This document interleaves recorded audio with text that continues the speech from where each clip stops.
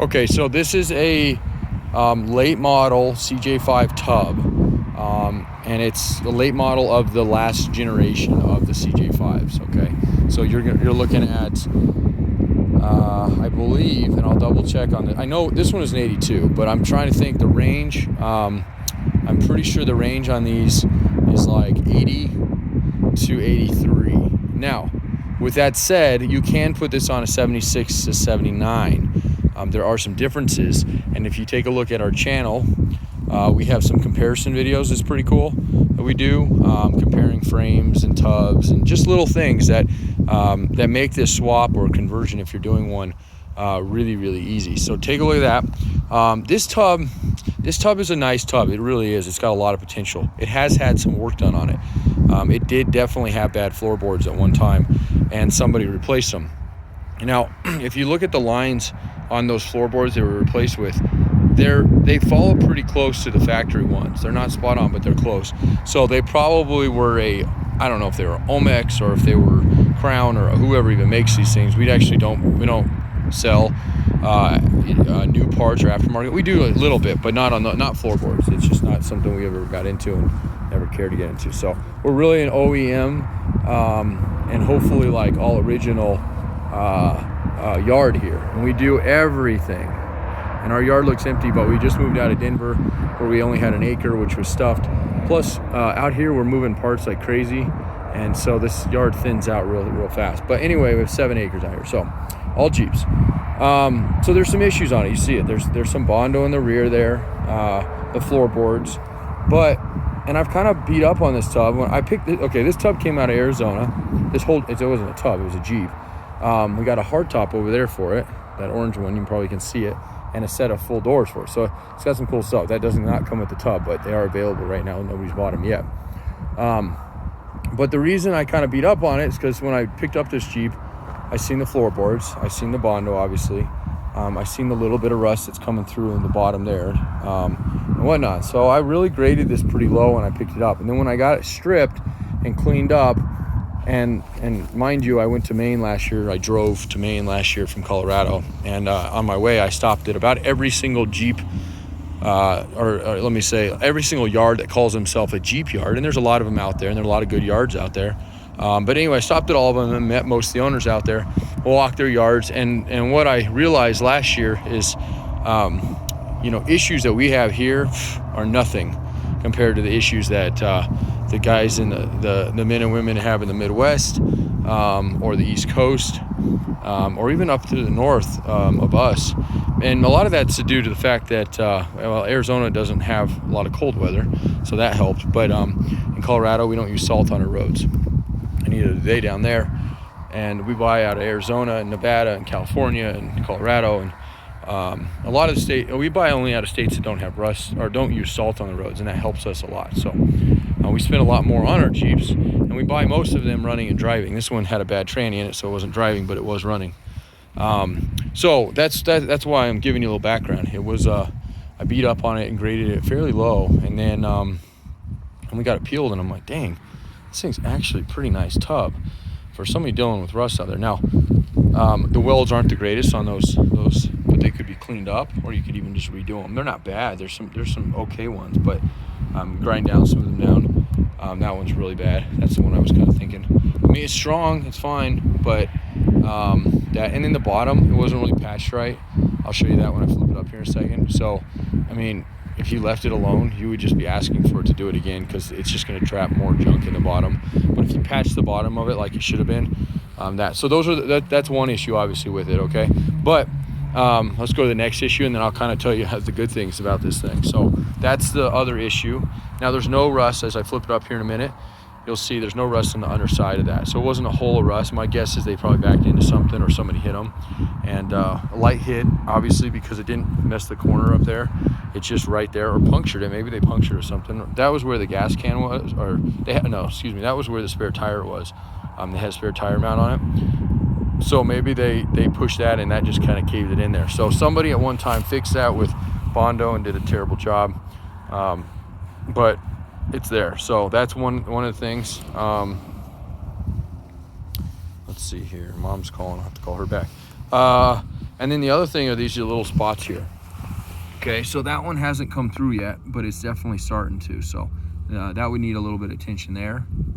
And then this guy over here, which I didn't get close up, but I will now.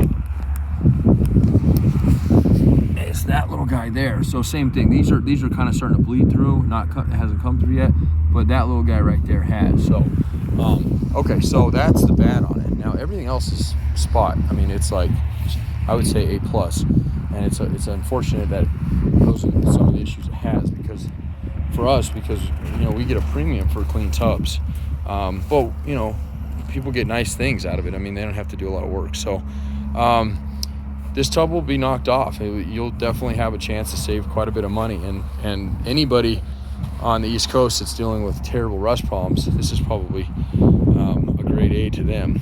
Okay, so it's straight. There's no other major damage on it. I mean, even I have this one back here that I would consider grade A, and it's got more dings on it than this thing does. I mean, the panels are clean. There's not an absorbed amount of dings or creases or deep scratches or anything like that. I mean, there's a few here and there, but nothing terrible. The back is good. There's no broken bolts in this thing. I mean, literally, these bolts got pulled like butter. So you're not gonna have to extract bolts, which is really nice. That's something you almost always have to do no matter what. The cowl's clean. There's no damage up there. There's no hail damage on it. The firewall's clean. The floorboards, other than the front two, obviously, but back where the roll bar goes, those are notorious areas. Too, that's a little plug there. There's one on the other side too. That's probably a factory plug.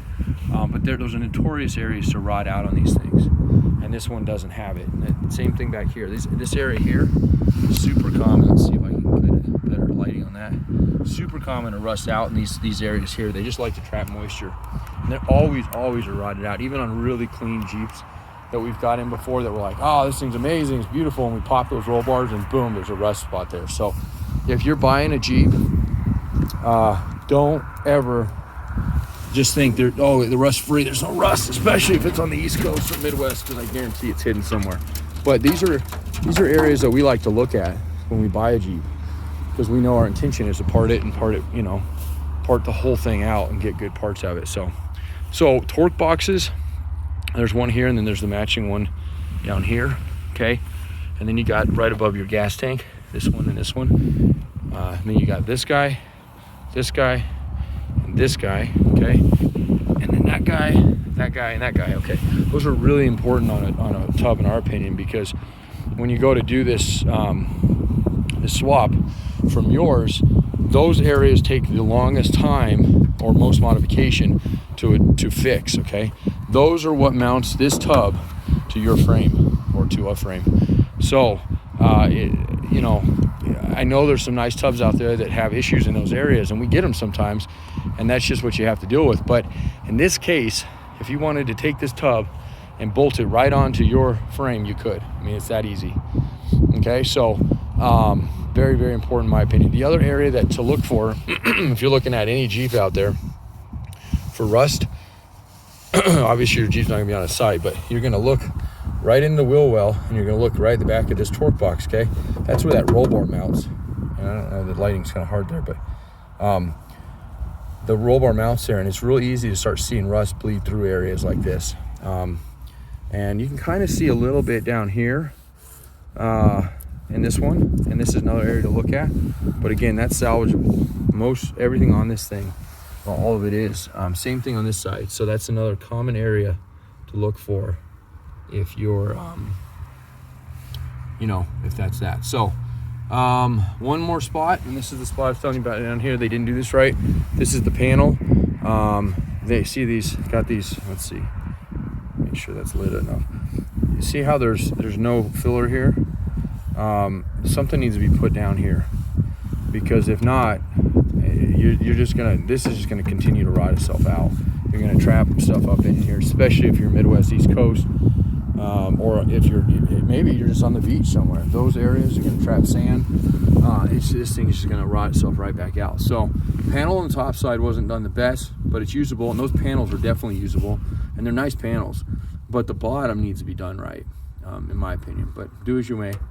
Okay, that's it. I'm gonna take a video comparing these two tubs here. You see, because because that's the early generation of this tub, and you'll be able to see, can I use this tub on this? You can. There's some subtle differences and you can modify it, but that's it.